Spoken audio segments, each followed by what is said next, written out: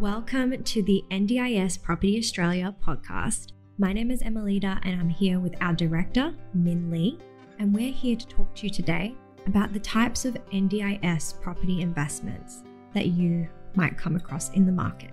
Thanks, Emelita. This is our second podcast, and today we're going to talk about the questions that investors always ask us in terms of provider-led, participant-led packages that are for sale.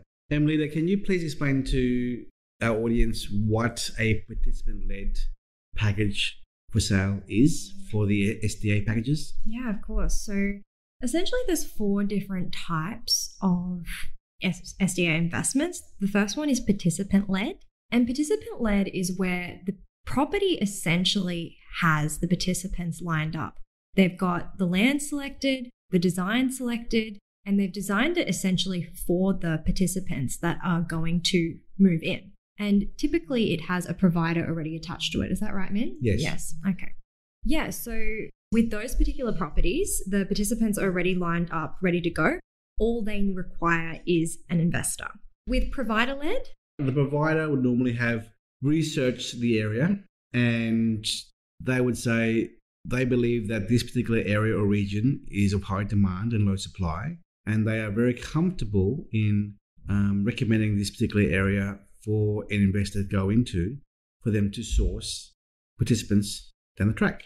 Because as you know, to buy a NDIS house package, you require to get your finance and construction. And with all the supply chain delays, we're talking about a 1 year to 1.5 year delay of completion of the house. So in that time frame of a year to a year and a half, the provider will be very comfortable with sourcing the required participants for the house in a time frame. Because Emily, did you know how long it takes to actually get an SDA participant funded for SDA? Isn't it about 12 months? Yeah.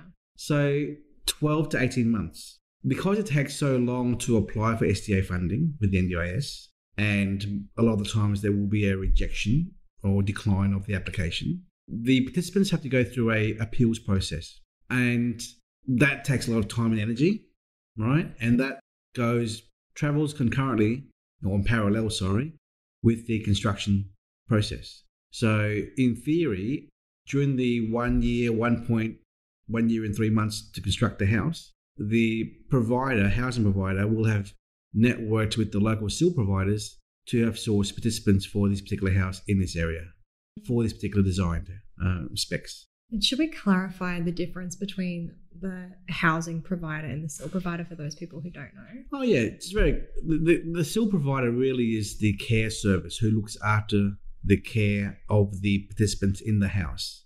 And the housing provider really is the provider who is licensed by the NDIA to be the SDA provider for the particular house in terms of managing the property and managing the SIL provider and the participants and whatnot. Mm-hmm. Yes. So to clarify, participant-led, they already have the participants ready to go. And then provider-led, it's the provider, assuming that they're going to be able to fill it by build time. Yeah. So I just want to clarify the provider-led definition. Let me rephrase it. The participant-led definition doesn't mean that the participants are ready to go. They have been identified or they have been funded. Mm-hmm. So don't think just because there is a participant-led package for sale means there are definitely 3 participants who are already funded. They will be either funded or about to be funded or going through an appeals process to be funded. So that's what participant-led means. Would you say typically with the participant-led products, the participant-led packages, that there is generally a lot of participants in that area that could go into that, or am I stretching? Yes and no. Uh-huh. Like every area and region is different. You might have a metro city, you might have a regional town. A metro city like Brisbane would have 1.7 million total population, but a regional town like Toowoomba would have 130,000 population. So, the important thing here is, go back to the definition of a participant-led product. The participants have been identified. The block of land has been identified. The builder has been identified. The design of the house has been put together with the builder and the provider. So everything's all there. The last part really is the purchaser, the investor. Mm-hmm. So that's the definition of a participant-led investment Yeah. opportunity. Now we've covered two now. One is participant-led, one's provider-led. What about the other ones? Yeah, so we're looking at builder-led, which there's a lot of builder-led product out there. And the way that we would explain that is the builder, would you say, is rolling the dice? Is that the... No, they would have a very strong indication as to where the areas are for SDA investment. And you just as an investor, you have to be aware of whether the builder has experience in building SDA homes for the NDIS. They have a track record. They're big enough to deliver the product per se. And you should always avoid the roll the dice kind of builder who's a startup builder who's doing it for the first time, who has no experience. Okay?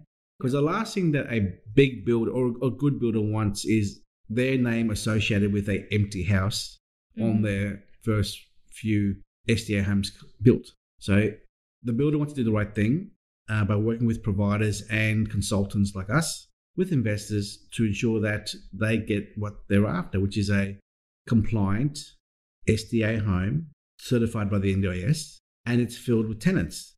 And that can only happen if the advisor, the builder, the lender, the provider, and the participants are all working together hand in hand to have the house filled up at handover.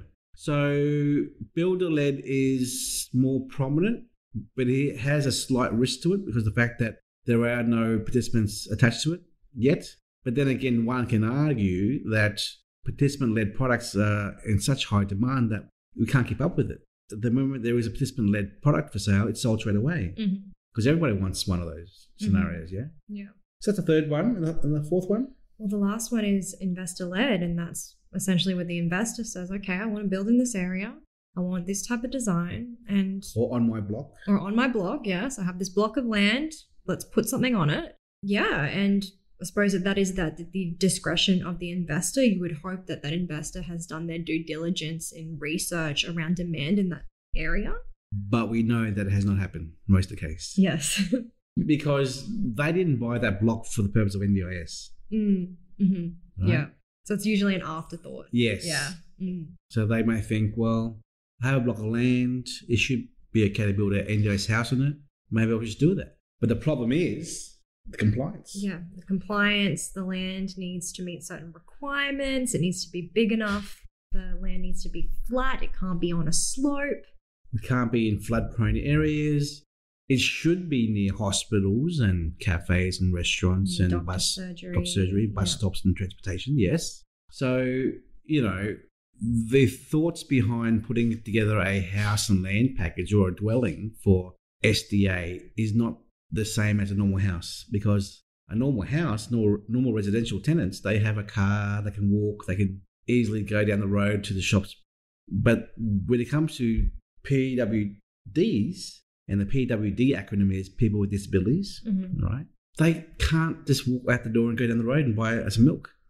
They may not be able to walk properly. They may be in a wheelchair. They need to have a carer by their side 24/7. So the amenities surrounding the dwelling is very important.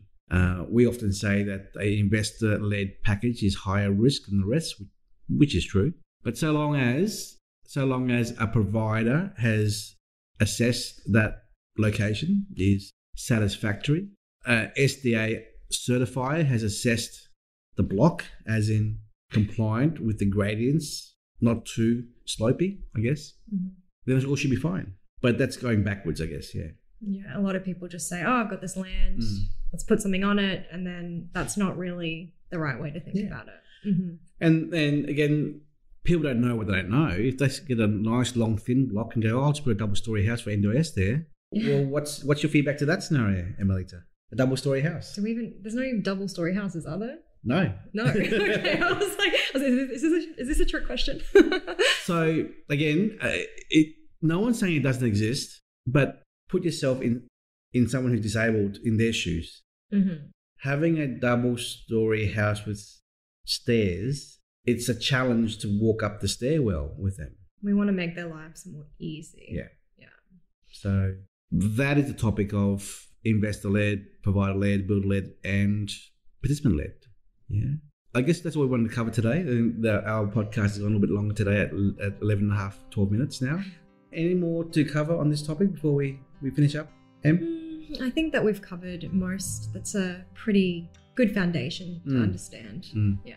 Well, we have lots of more topics to cover in the coming weeks. So this is our second podcast to have it recorded. And we look forward to the next one, don't we? Yes, we do. Okay. Catch you on the next one.